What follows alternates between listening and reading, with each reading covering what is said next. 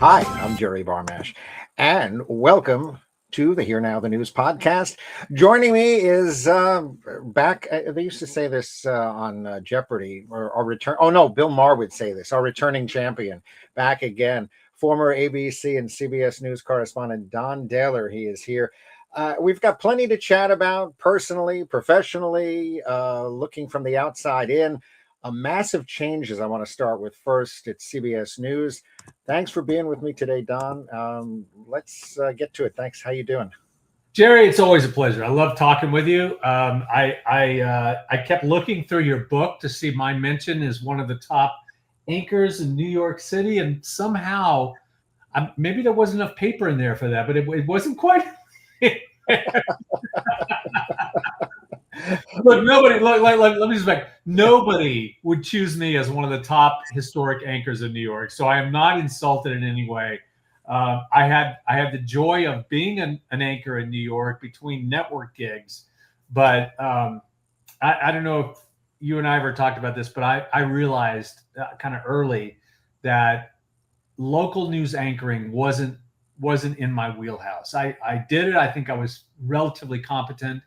I had good moments, but I don't blame you, my friend, that I'm not in your book, because there were titans of the industry in the book, and you know, the number of pages are limited. I get that, so I'm not hurt much, but congrats on the book.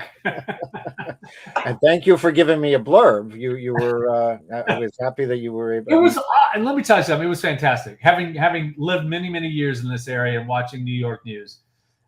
You did a great job, and I really do think you chose the people who impacted it, and that's just not me blowing up hot air. That's the truth. Thank you. And we did not discuss this ahead. This was not part of what we were going to talk about. Absolutely not. Absolutely. I appreciate that. Thank you. And that of course is the name of the podcast, the name of the book. I could show it. I'm not. Maybe I'll throw it on at the end. Pop it in there. Again, a lot of stuff with media. As I said, you worked at CBS for several years. What's your reaction to what's happening there? We'll delve into some of it, but just as a whole, what's happening there? Oh man, what's happening there is what's happening everywhere in this country, especially in the media landscape, and that is that, we used to worry about the influence of corporate ownership in journalism, mm-hmm. And every time a gigantic entity would buy up a news operation, there were a number of us that kind of had a little service. We kind of like, how is that going to affect it? It did in small ways in the past. I can remember when I was at ABC and Disney bought ABC, all of a sudden on Good Morning America, we would be doing whole, if not entire programs, but at least multiple segments on whatever the new ride was at Disney World or the newest movie and all. And I can understand that, because when you think back on television news in the past, they even had the Marlboro news wheel, and they right. the cigarette companies, the tobacco companies owned right. or paid for a lot. So income has always been a part of how journalism works. You have to take in revenues to be able to hire people to do things. But that felt like, okay, that's acceptable. So we're giving in order to get the financing and do this. What's happened with CBS News is that an entity that has very definite loyalties and political outlooks now owns CBS and Paramount. And so they decided they're going to change it. That's Skydance you're talking about, right? Yes. Yeah. And so Ellison and his son now basically control CBS and CBS News. And they put a person named Barry Weiss, who was a had a podcast and is a very outspoken Trump supporter, et cetera, in as the editor in chief of CBS News. I think anybody paying attention could see what that was going to lead to, and it did almost immediately. This past week we had a town hall moderated by Barry Weiss, who has no journalistic background and no network TV experience, with Charlie Cook's widow, which by the way was a huge ratings failure. But beside that point, why? If it wasn't because of a political angle, why would you devote so much time in a news division to that when you had in Minnesota, you had a state representative, Melissa Hortman, her husband Mark, a state senator, John Hoffman, and his wife Yvette, murdered earlier. I think it was around in June this year. On political terms.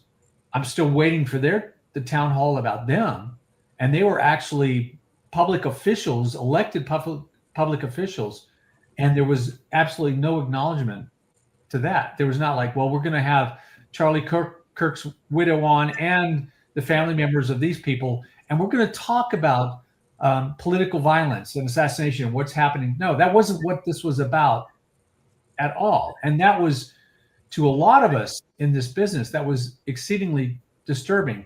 We were not saying that this isn't a worthy topic of discussing, because it obviously is. I mean, if you look at Rob Reiner was just massacred and his wife was just killed, and it all of a sudden it became political, even though it wasn't allegedly a political assassination.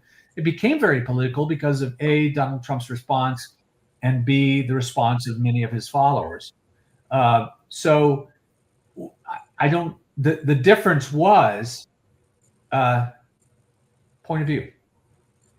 It was point of view. It was political point of view. This is what we're going to talk about that matters to us, and we're going to ignore these other individuals because they don't matter to us, because they aren't in our little, echo chamber of politics. You said, which I was going to bring up, that Weiss did this herself. She was the moderator, the anchor. Would it have been any different if there was an actual news person that was taking, fielding the questions and handling this? I'd like to say yes, but I'm not sure it would. And again, because there have been political assassinations this past year that should have gotten more national attention and didn't. So I'm not sure singling out Charlie Kirk, even with a bona fide journalist, not an executive, doing the interview and the town hall, I'm not sure that would have made a difference. And if it had involved an actual journalist, I'm not sure that it would have ended up being the kind of program with softball questions that it was. And so I'm not sure that the current ownership would have been happy with it, because you if you're going to talk about this issue of political assassination, then you have to talk about the kind of overarching climate we're in, and all of those crows come to rest on one telephone line, and that is Donald Trump. I mean, the kind of hatred and anger and vindictiveness that has happened, all of that comes back to him and his statements and his tweets and et cetera. I mean, the enemy of the people, et cetera, et cetera. You know, if you're going to talk about political violence, you cannot not mention the name of Donald Trump. Yeah, it's hard to do all of this and be in a vacuum and not go there, like to isolate. I think it was brought up about some of the stuff was Trump's. I'm sure Trump was mentioned in this, right? In the interview, in the town hall. Yes. Yeah. He was mentioned. But it didn't take a not that he was responsible, but there was not that he was in any way, as you're saying, like should be connected to any of this No, hate, no. And anger. they're not. And honestly, that's the difference between a political supporter doing the interview and an actual journalist who's going to say, all right, here's some hard questions. And I know you're a grieving widow, and I think all of us feel for her in that way. I mean, honestly, she lost her husband, the father of her child, and she's, been cast into this terrible situation. But you can't raise these issues without any kind of context and without any kind of like, well, let's dig down a little bit deeper and look at causes and also what goes forward from this. I mean, I know you remember this, Jerry, the backlash to people saying, well, after he was murdered, well, Charlie Cook said some pretty incendiary things, and he had some very public comments, which many people interpreted as misogynistic and racist. And that's kind of an uncomfortable reality. We can say, which I believe, and many people believe, violence is not an answer to disagreeing with someone, even if they say, horrible things. It's not an answer to that. It's not a response. It's not something that we do as a nation. But you can't ignore those things in the context of someone being murdered. And how bizarre is it that the alleged murderer himself was also a Trump supporter, but a Trump supporter who followed somebody else in the MAGA camp who resented what Charlie Kirk was doing. That's when it gets really, really interesting. And I don't think they delved into that kind of stuff very much at all in this interview, this town hall. But there's no action without a reaction, right? And that was part of this that should have been explored. And what I see, because foolishly I go on Truth Social and try to engage and give a little bit of facts and things like that, because you know what, you and I both know that the regular social media outlets, most of the time, because of the algorithms, you're not going to engage in people who think differently than you, right? It kind of tends to move you towards people who think the way you think. So I try to go there to say, here's some facts, and you should consider this, and we welcome you back into the camp of sentient beings instead of cult members. And unfortunately, in the mainstream media, because they're the main mainstream media outlets, are terrified of what's going on now. So they're not going to do anything to like piss them off, which is why they don't fact check Trump at every speech. I mean, there should be, in all honesty, there should be like, do you remember the what was it, pop-up videos on MTV or VH1 where they would like have little thought bubbles that would pop up like with little factoids. Right. Yeah. That's what we need when there is a speech by someone who is empirically lying, and we know he's lying. There should be little bits. You don't have to interrupt him, but you can like pop up or have a lower third graph or something that says, actually, the inflation is at 3%, not non-existent, or just little tidbits, just to say, right, that's not true. I mean, they do it on CNN after the fact, where they'll have after the fact. Nobody's watching CNN after the fact, right? I mean, if you look at you look at the ratings, you have whatever the event is, and then you have after it's over, and then you have a few people who see it. Nobody pays attention, but most importantly, the people who aren't sure don't pay attention. They might watch it live, and they're like, "Oh, well, if he said it, it must be true because it's on TV, and people on TV don't say anything that's not true." Jerry, there are actually millions of people who believe that if you say something on TV, it has to be true because you're not allowed to say anything not true on TV, right? Right. I've talked to And people. probably even still believe that if the president says it, it must be true. I mean, Exactly. I'm sure there's still people who believe that. Exactly. There are. And that's why at press conferences you see a little more pushback from the White House press corps, but not a lot. And part of that is, again, circling back to what we start out with, is the corporate ownership doesn't want you to lose your press access. They don't want you to, like, all of a sudden get all of these people angry at you because you challenged the administration on some things that are patently untrue.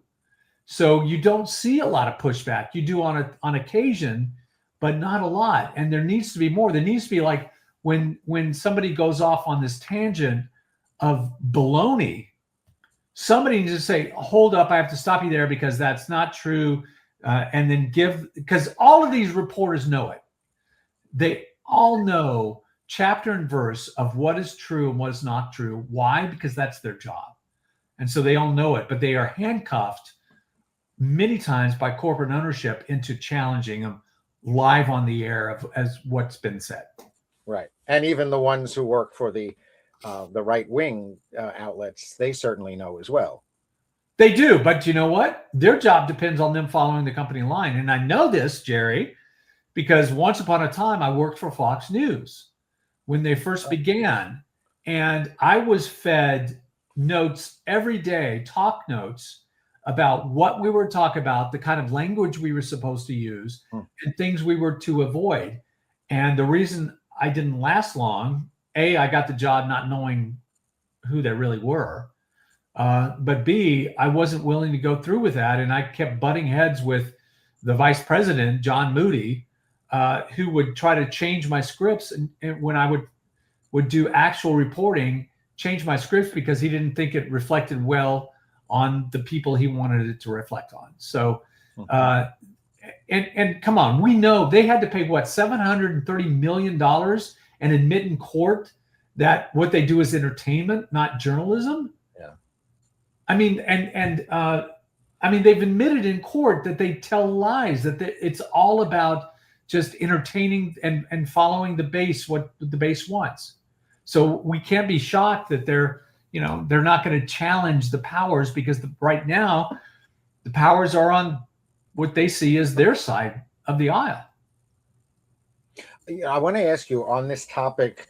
The president speaks and live, like, for example, as we're recording this, he's doing and I was going to say press conference, an Oval Office, I guess, address in prime time. Should the media, should the networks carry this? We have to. He's the president of the United States, so we have to. But my absolute granite view on this is that they can't just let him say anything he wants to say without correction. You can't come out and say, my fellow Americans, the sky is purple. No, you go outside and you look up and you say, nah, that's not purple. It's not our job just to be stenographers. It's our job to go outside and say it's not raining when they say it's raining. So when he comes on the air and says prescription drugs are slammed 800%, we've slashed all of this. No, I mean, if prescription drugs the costs were slashed 800%, that would mean that the drug companies are paying us 8 times what they charge us to take their drugs. It's simple math, but he's going to say that again tonight. He's going to say grocery prices are down. They're not. They're up 2.7%. He's going to say inflation is at a record low. It doesn't even exist. That's not true. Inflation is at 3%, which is what Biden left him with after it got up to like 9-something% during COVID. Biden brought it down to 3%. Trump inherited it at 3%. His tariffs have wreaked havoc, as we know, on the economy. But inflation still exists at 3%. Many economists think it's going up again because of tariffs. But he can't say inflation doesn't exist. So when he says that tonight, he says like investments are going to be investments since he took office are at $18 trillion. That's absolutely not true. I mean, our GDP alone is only 30 trillion. And we know for a fact that the White House released figures that put it at around $9 trillion, but they fudged a lot. Those are like promises and pledges, like cooperative deals with other countries, not actual investments. He's going to say those things. So what I would hope the networks would do, which they won't do, and they won't do because they're scared to death that, like everybody's scared to death, that Trump's going to come after them if they do. They should, as we said earlier, they should in real time either point out that that is disputable or it's patently not true, and here are the figures. And how can they do that? The same way I'm doing with you right now. They know everything he's going to say and claim because he does it at every speech he makes. So they have a whole list of things that they know he's going to lie about. So have the list with the director, right? The line director sitting at the board. And when Trump says something, they hit, okay, that's 3A. Point that up. Little graphic comes at the bottom. Not true. Inflation's at 3%. Or not true. There is no evidence that these Venezuelan boats were hauling drugs that would take these little boats 20 times to fill up to make the U.S. We have to be able to confront this in real time, because most people who are going to watch this are not people who oppose Trump. Most people who oppose Trump don't want to hear his voice. They don't want to hear what he's saying because they don't believe him and they know that he lies. So the people who are watching, some of them don't know better. And so they're going to assume if this is out and he's saying it, wow, it must be true. Maybe he is the greatest president since Washington. Maybe he's even better because that's what he's going to say also. Right. The thing is, if you don't, as you know, in journalism, we have to try to present the truth, whether we like it personally or not. We have to present the truth because that's what journalism is.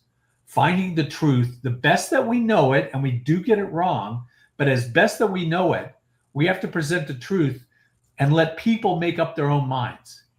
But that's not what's happening, and that's not what's going to happen tonight. Do you think that he's giving this address? We've certainly heard this word before when referring to Trump, distraction. Oh, yeah. Oh, my God, of course. I mean, that's what this whole thing with Venezuela is, that and the fact that Venezuela has the largest oil reserves in the world, and he doesn't like Maduro. So he's using, they're invading our country with drugs. Well, all right, here's a little news flash. Venezuela does not produce fentanyl. It doesn't come into the U.S. from fentanyl. It certainly doesn't come in on little boats that would take maybe 20 fuel stops, if not more, to make it to the U.S. That's not a profitable kind of drug run. So this is honestly and obviously a wag the dog, as is, the speech tonight. He's going to talk about how this is considered to be the greatest presidency, the most accomplished presidency in the history of the United States. Really, how? What legislation have you passed? So you passed the big, beautiful bill that is now crippling farmers so much that he's having to give them $12 billion in socialist relief. He's taking away Medicare from millions of Americans. He's not helping the small towns and things. So what he's doing is he's coming out to say, I'm so great, and also paid no attention to this Epstein thing on the side that I said I was going to release, but I'm not going to release. And all those photos that got dumped by the Democrats, I take photos with a lot of people. Yes, I'm dancing, biting my lower lip, like the white man shuffle and these dances and all that kind of stuff. And yes, I have my arms around a lot of obviously young women. and there are court records of testimony from young girls during lawsuits that said I did in fact rape them, but it was never adjudicated because they were scared, so they dropped their lawsuits. So yes, pay no attention to the man behind the curtain. I am the Wizard of Oz. That's what's going on tonight. Where to go with this? There's so much. Where do you see? I mean, is the next big election clearly the midterms? Yeah, he's already lost the midterms. I mean, they got trounced in the special elections. Yeah. There are GOP leaders that are saying it's the apocalypse. We are going to be destroyed. And there's a chance. I mean, look, the Democrats, depending on, we're still a ways away. That's November. But the Democrats could well control both houses of Congress after next November. It's not 100% sure, but they could. If they do, as has been said, including by our wonderful Speaker of the House, Trump's presidency is over.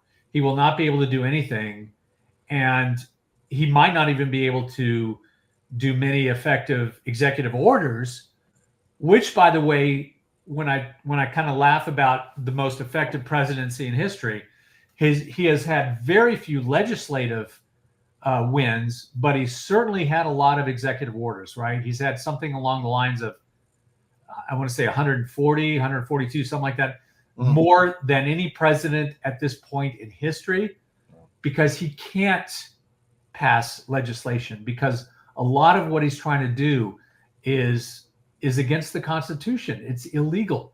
And so what that does is he bangs his gavel and announces that he's doing these little executive orders with his scribbly signature, but he knows they're going to get court challenges. But the way the forefathers set up this nation is things move slowly, and it was very deliberate. They wanted things to move slowly so that there's not like a fiat. There's not like things change drastically and there's no going back on it. They wanted 3 co-equal branches of government so that one can check the other, that can check the other, to make sure that there are not catastrophic changes by a demagogue. And so the lower courts have to grind through this process whenever he has an executive order, and some of them fall, and then it grinds through the appeals, and then it gets to the Supreme Court, which Trump controls. Yeah. So we have complete. I mean, if the forefathers were looking at this right now, and I don't know if you watched Ken Burns' amazing American Revolution documentary series, but oh my God, I was a history major, and there's so much I learned from that. But they obviously were afraid of a Donald Trump. Alexander Hamilton specifically was afraid of a demagogue who would excite the populist vote and distract them with a nice hobby horse in order to gain powers. And that's exactly what we are seeing right now. And by the way, Ken Burns is aware of that and concerned about that, because that's why in the last episode of his series, he had a lot of quotes from the forefathers about this kind of development, this possibility. But they were thinking there's no way that an individual can control the executive branch, the congressional branch, the legislative branch, and the judiciary.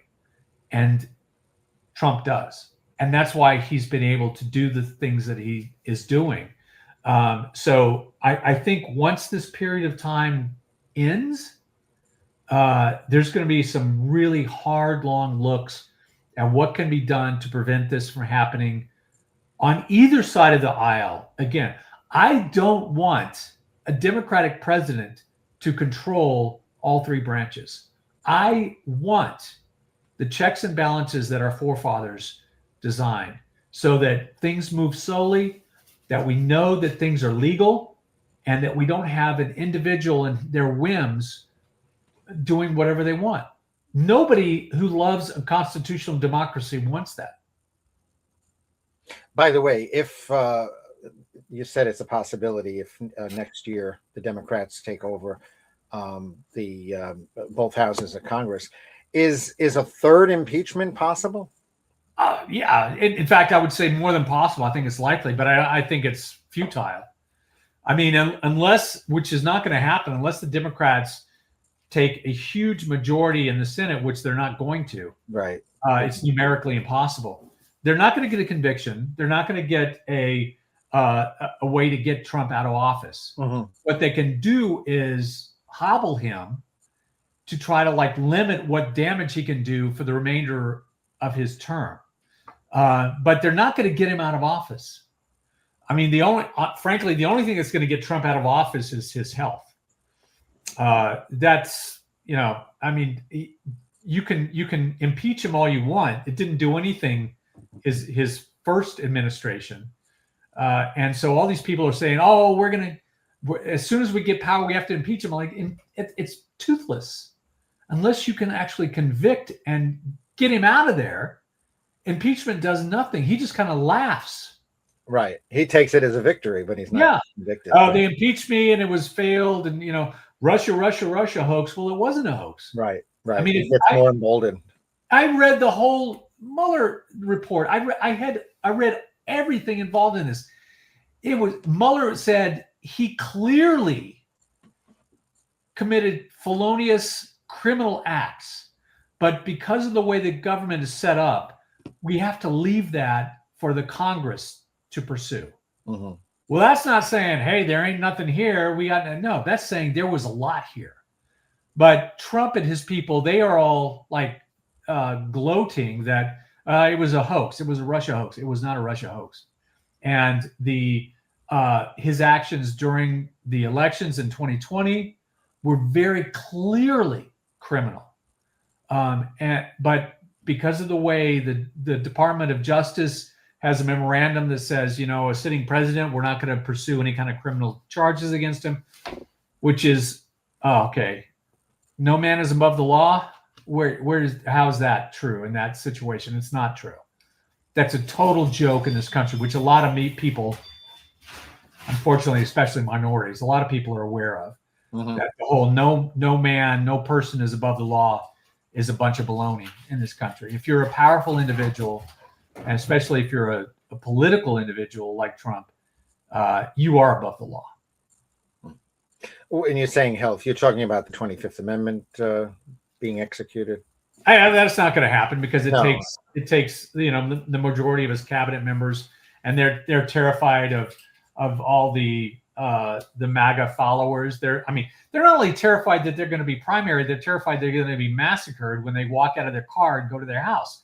We're talking about very violent people. So it's not, the 25th Amendment is not going to save us. A coronary is the only thing that's going to get Trump out of office. That or whatever weird disease he has where, his hand is constantly bruised. Mm-hmm. Some people are guessing from injections that, there are medical doctors going along online saying that's where you do a lot of injections for anti-Alzheimer's drugs. Right. And it makes you sleepy because there's all kinds of video and photographs of him drowsing off during meetings and things like that. Look, I am not wishing him ill health. I'm going to be clear about that right now. I'm not. But when you talk about the only thing that's going to get Trump out of office before the end of his term, I honestly believe the only thing that will do that is his health. It's not going to be the 25th Amendment. It is not going to be Congress impeachments or anything like that. Trump is not going to leave unless he is just physically incapable of continuing. Now, having said that, would he run for a third term? Well, he can't run for a third term under the Constitution. So if they're going to change the Constitution, they need to go through, 2/3 of the states to pass that, which is a huge, long process. He legally cannot run for a third term without a constitutional amendment. Now, they can pretend that they're going to do this, but when it comes down to it, it is clear in the Constitution that he cannot run for a third term. So I'm not worried about that. A, I'm not worried about it. B, because I believe I'm seeing the deterioration of an almost 80-year-old man every day before my eyes. I mean, when you listen to him talk, the babbling, the loss of concentration, the repetition of things that he says and says and says, as you know, the fact that A, they had multiple MRIs, and B, he's crowing about the fact that he had to have 2 cognitive exams within a short period of time, like a week. Nobody gets cognitive exams unless people are concerned about your cognitive abilities. This is not an IQ. 3, actually. I think it may have had 3. It's 3. Yeah, you're right. One was earlier, and then they did 2. Right. But you know, these are not IQ. These are not. I aced an IQ test. It's not an IQ test. It's basically saying, you know, the officer, and you're in front of your car at 3 a.m. after a frat party. Can you walk in a straight line?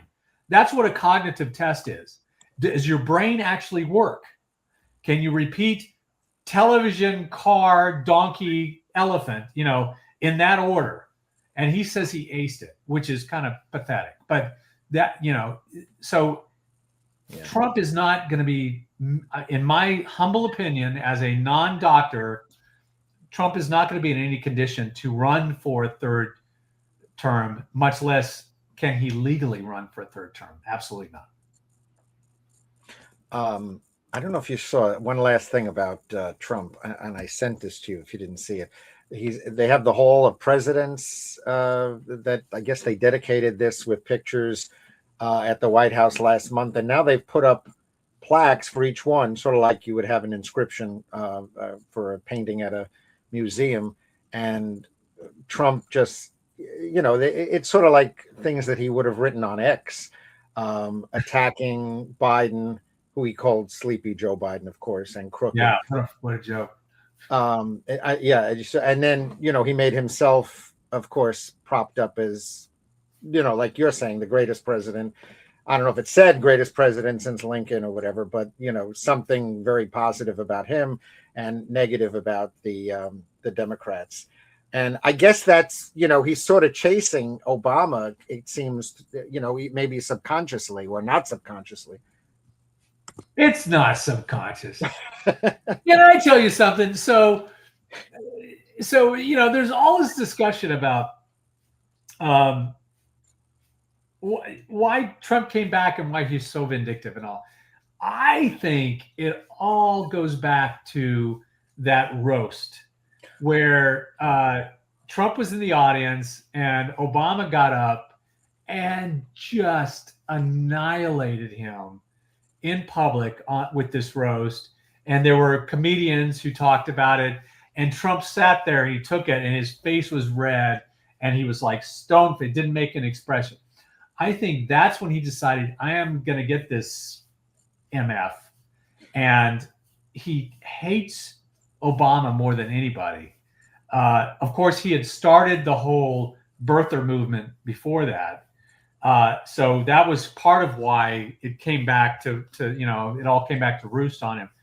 I think more than anyone on this planet, I think he hates Barack Obama because A, he was an incredibly successful president. He was our first African-American president.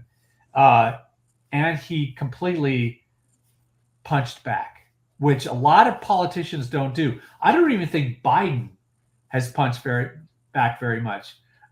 There's this guy named Gavin Newsom, who certainly has a great left cross, who's been like bonking Trump in the nose every moment, and every time he does that, he gains more fans on the Democratic base because, you know what, Democrats want somebody who's going to fight.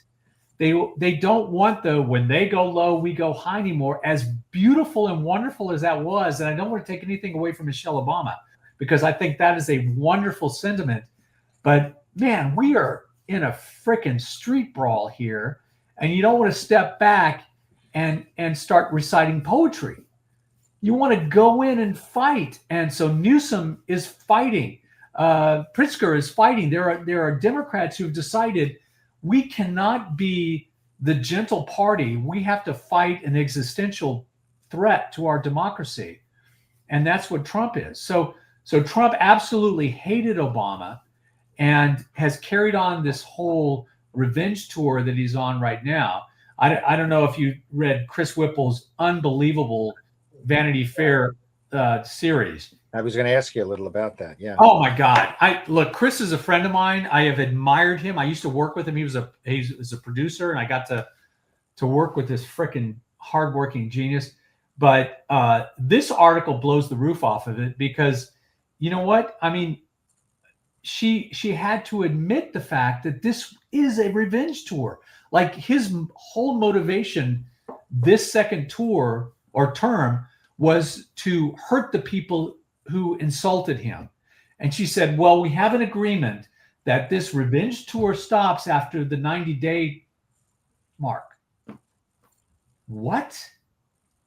This is a president of the United States, the most powerful leader in the world. And she's like trying to limit the fact that he's this little toddler on a tantrum, has to stop what he's doing now, little Donnie, and behave yourself after 90 days. That's the guy that we have sitting in the White House, is somebody that you have to limit his little tantrums after 90 days because you know what? There's important work to be done here. And what about the fact that she referred to him as having an alcoholic's personality? I have met and interviewed Trump a number of times, and I completely understand that. And I think what she meant by that was allegedly he doesn't drink, although there are photos, especially in the Epstein files, where he appears to have glasses of liquor in his hand. But you know what? I don't care. I'll go with that. So he doesn't drink. Maybe he's not on Adderall. Maybe, he's not taking all these drugs. I don't know. It doesn't matter because his personality, his obsessive, angry personality is very similar to that of an alcoholic. And a lot of us know alcoholics, and they go from, depending on how much they've drunk, they go from that to that. And that's, if you look at his tweets and his late night rage posts, that's very similar to what, your drunk uncle at Thanksgiving or over the holidays, when he's sitting there and he's had a little bit too much eggnog and he starts going off on things. He's spouting ridiculous, angry conspiracy theories, and he's also mangling the English language, which, as we know, Trump is very good at mangling the English language. He might be the Covfefe champion of the world, like making up words. By the way, he claims he's made up these these words that have been around for hundreds of years, like equalize and groceries and prime the pump and affordability. He's like, I made up that word. You're like, really? Did you really? Because you know what? Take a look at a dictionary. We'll get right back to the podcast. But first, I want to tell you about my book, Here Now the News. I spoke to dozens of industry professionals for a fun look at the TV news business in New York. Here Now the News is entertaining and enlightening, with dozens of stories about the legends who delivered the news night after night. Pick up your copy on Amazon, available in paperback, Kindle, and my own narrated audiobook version. I want to go back to CBS a second. I know we certainly, and for good reason, went off not on a tangent, on a needed tangent. Oh, I do tangents these days, my friend. I do tangents. with CBS, and do you think the changes that we talked about under Barry Weiss, certainly with the anchor desk, CBS Evening News with Maurice Dubois and John Dickerson exiting, it was experimental, I guess, having the two anchors set up. And what do you think about the fact that they're changing again? Well, I'm going to preface this by saying I have more respect for Maurice and John than almost any other journalist I've ever worked with. Honestly, sincerely, I've known Maurice for decades, and I always thought that Maurice should be a network anchor. He he has such poise, and I mean, hey, the guy's like model beautiful. He's a terrific looking guy, has a great voice, is completely easy on camera, uh, brilliant, well read. Like Maurice Dubois was my idea of a network anchor, and I say that as a guy who always wanted the big desk and never got the big desk. But I always looked at Maurice as being, God, this guy has got it all, and I still believe that. John Dickerson is one of the most solid political reporters, anchors, writers, unbelievably terrific writer. If you ever read his newsletters and things like that, this guy is next level smart. The co-anchor model has never worked on the network level. Because you have, viewers who want to single in on a Walter Cronkite. They want to trust one person, listen to them every night, and believe that they're telling them everything they need to know. B, you basically have about 20 minutes of news time, right, which is not a lot for back to you. I mean, we can cite all kinds of examples through history where they tried to bring on the co-anchor situation. And frankly, the reason it works on local news is because they have a lot more time. They have at least an hour broadcast, if not more than that in most markets. So, and when local news, you want more of the casual back and forth, right. We really liked it. It's almost like the husband and wife, not to be horribly sexist, but it's almost like that kind of an arrangement that people like. It's different with network news. And that said, I just want to put a word in for Tony DeCopel, because I've known Tony for a long time too. In fact, when he first came to CBS, they introduced the two of us, and they said, he's an experienced journalist, but he's not that experienced in writing scripts for our programs. Could you kind of, show him what our... So I had the honor of actually kind of going through how I write my scripts, and not that he needed to know how to write, because he's a very good writer, but just kind of how we liked it formatted, So I got to know him during that time. And over the years, I've watched him on the mornings, and I will say this guy is terrific. He, Jerry, there are few people who can look at ease on camera. Like, they're not pretending to be someone. I mean, I hate to, should I? I don't know. Should I? I don't know. I hate to point to any other network main anchors right now who seem stilted and uncomfortable and playing a part. That's not Tony DeCopel. Tony DeCopel is actually that smart and that erudite and articulate and at ease. But my God, has he been thrown into the most uncomfortable position, because I haven't talked to him. I've talked to a couple people at CBS. I haven't talked to Tony. So this doesn't come from any kind of like insider knowledge, but I don't know, how you would turn down that role, which is one of the most coveted positions in all of journalism. But B, how do you navigate it when you have new owners who say they want, non-bias? Well, non-bias means don't tell the truth about everything that you find out. That's what non-bias means right now. CBS is not biased. It was not biased when I was there. There's no liberal bias. There are occasional mistakes. There is cultural bias if you have anchors or correspondents or producers who maybe grew up on the East Coast and got a liberal arts education, and maybe they have that view, but they check the facts. And I've never done a story where it wasn't fact-checked out the wazoo. And if there was something I couldn't show with at least more than one source, or at least if there was one source, it was an attributable on the name, on the record source, That is not bias. That's journalism. Mm. So how is Tony going to be able to navigate ownership that doesn't want stories or even sentences in your broadcast that they see as bias, even if it's empirically true? That's his challenge. And I feel for him because I really respect him and I like him a lot.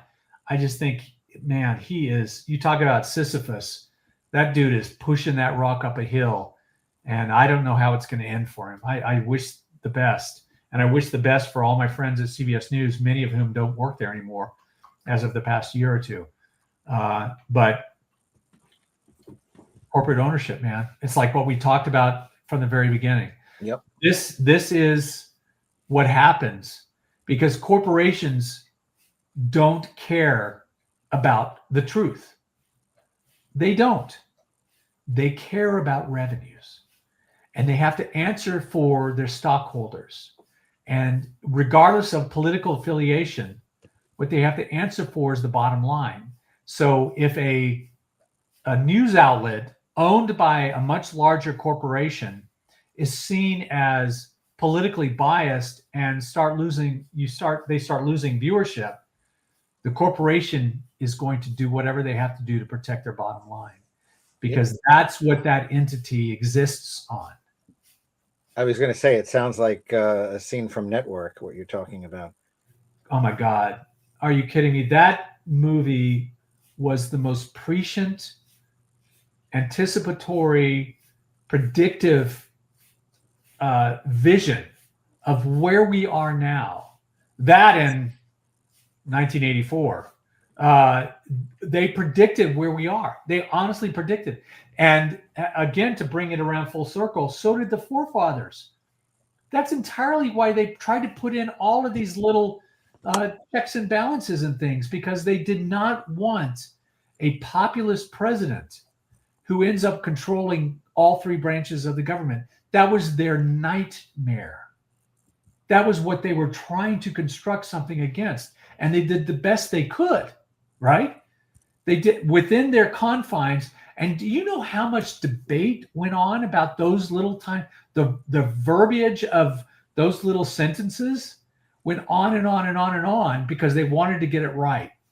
But what, 240 years ago or whatever, whenever they wrote this document, there are things they could not have predicted. The same reason they couldn't, in the Second Amendment, they couldn't have predicted bazookas and assault rifles, right? I mean, they were limited within the knowledge of their times. And in this case, the forefathers thought they could predict somebody like Donald Trump, but they could not predict someone like Donald Trump with a feckless Congress and a bought and paid for Supreme Court. And what paid for? Bought and paid for. Oh, bought and paid for. I'm sorry. Yeah, the Supreme Court. I mean, the MAGA branch of the Supreme Court, which is what's pushing through a lot of these decisions. Had there been a balanced Congress during all of the approval processes, they would never have made it in there. So instead, they said what they needed to say so that the Senate could approve things, and there they are. But this is, as a historian and a history major, this period of time is going to be written about ad nauseum for many, many, many decades, and the failures of our system are blatantly exposed. Now, can the next administration, assuming there will be a next administration, can the next administration do what's necessary to fix the leaks in the hull, which would obviously involve getting rid of the Electoral College, which is what defeated Gore, defeated Hillary Clinton. There have been numerous presidential elections that the candidate won the Electoral College and not the popular vote. How can that be right? So they Yeah. need to address that. But number two, I mean, the whole Supreme Court with just 9 justices, there needs to be more than that, because you have to have a court where it's not so easy to stack it, right? On one side or the other. I do not want a fully liberal court. I really don't. I want checks and balances. I mean, I've voted Republican half of my life, depending on who the candidate was. I am not like this raging liberal. The forefathers wanted balance.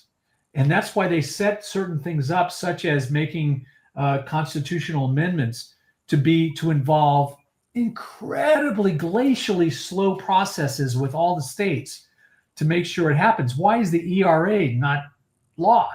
Because it's a slow process, and you have these elements who say, well, you know, the women already have rights, so we don't need to do that. You know, for good or for bad, we want things to happen slowly in this country. We don't want edicts by fiat by a dictator. And that's the way it was designed. I mean, it was literally the way they designed this. So I'm hoping that in the future, we can kind of like say, okay, here's where we screwed up. Here's where it has to change from 18th century thinking to 22nd century thinking, and make some changes so that we have a balanced, slow, constitutionally correct system. That's my hope. Whether we reach that, I don't know. And whether we reach it while I'm alive, I don't know. Well, that's a very, I wanted to say, a very positive way to end. No, let's before we end, let's do a little bit more happy. Sure. Story. I want to. We didn't get to talk when you had your, I believe your 5th book came out earlier this year. I don't have a copy of it. If you have a copy, you can show it. But your memoir, Souvenirs from an Absurd Life. Yeah. What was the impetus for penning such a personal book? This was absolutely crazy, Jerry. So I've had an absurd life, and I came from nothing. I was a teenage runaway. I had an abusive father, military officer, ran away from home. It was like surviving on cheese sandwiches and ramen noodles, you know. And I was going to college, but I had to pay my own way, so I had to take breaks to earn money to go back. And I was sitting working in a bar in Dallas, and a guy sat down, and it was a man named Dick Enberg, who you might remember was one of the greatest sportscasters of all time. I mean, his voice, his just way of crafting phrases and all, he was amazing. And I knew immediately who he was. And so we had this nice conversation. And then eventually he says, you know, how old are you? And I said, I'm 21. He says, what do you want to do? And I said, I have no idea. I said, I like to write. I like photography. I helped start a newspaper in junior high. And he says, well, there you go. So that's what you need to do. And so he kind of advised me on how to go about that, go back to school, get a college degree, do an internship. And it actually led to my career. The things that happened in that career, covering wars, covering 9/11, all that, just absolutely crazy that this guy who came from nothing was able to witness history like that. So that was the title. But I wrote it for my kids. I wrote it to kind of say, okay, you and your kids eventually someday need to know this ridiculous life that I led. I mean, I met Mother Teresa in Calcutta, India. I mean, I saw, I was one of the first correspondents on the scene in 9/11 and watched that unfold, and had to correct Peter Jennings on air and things like that. So crazy little moments like that.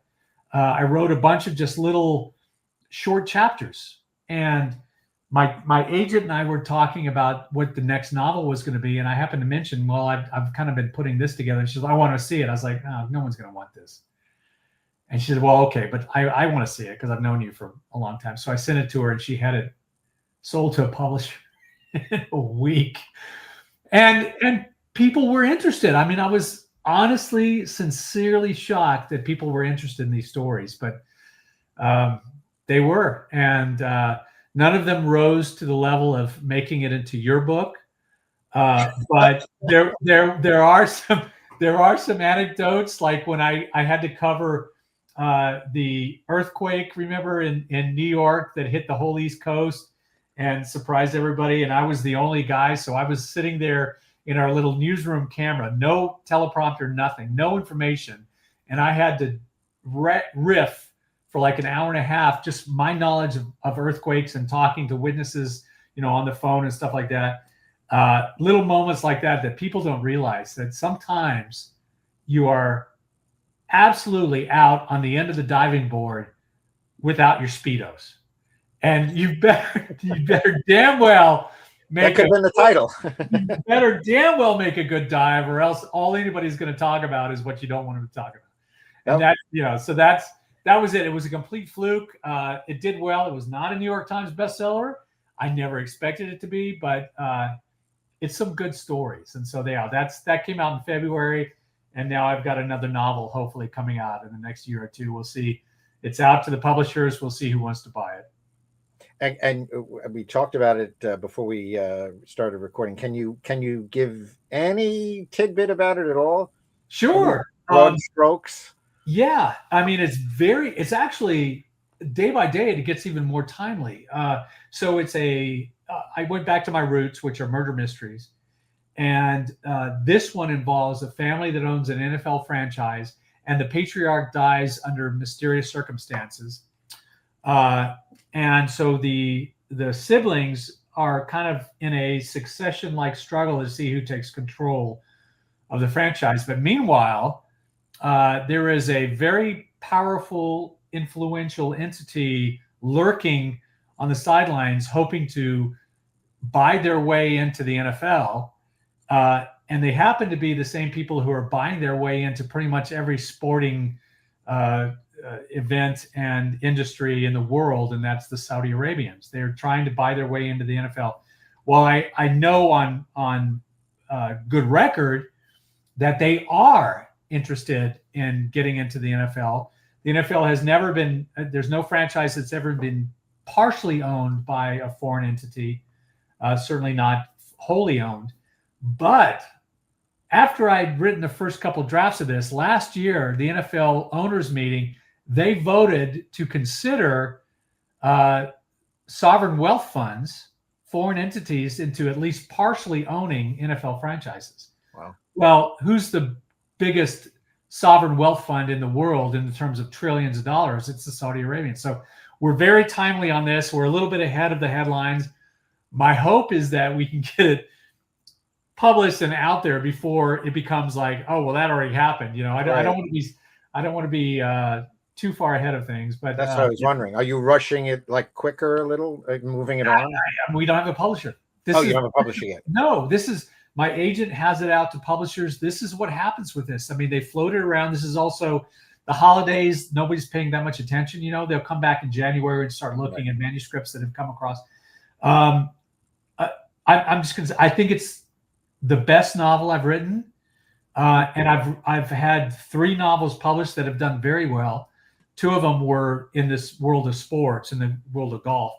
But I honestly, Jerry, as you keep doing this again and again, and you get better. It's like playing a sport. You just get better from practice. And so I honestly believe this particular book is my best novel. So I'm hoping it gets out there. And if not, you know what? It's the world's loss.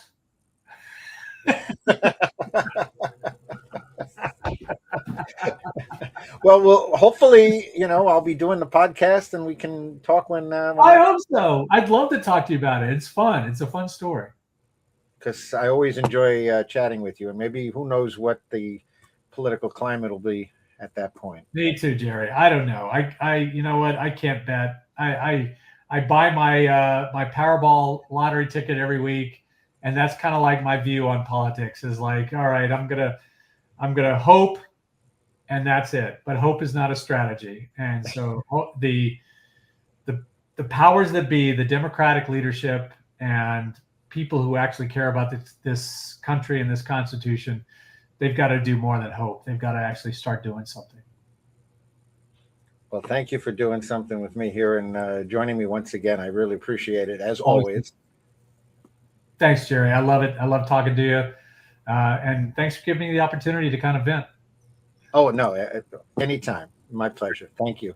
Take Don Dahler, formerly CBS News, WCBS in New York, ABC News, Fox News, author, accomplished author. And again, if you have any ideas, any suggestions, any questions, anecdotes, poems, songs, anything, send me an email. Here Now the News, JB, for my initials, Here Now the News, JB at gmail.com. And we'll see you next time on Here Now the News podcast.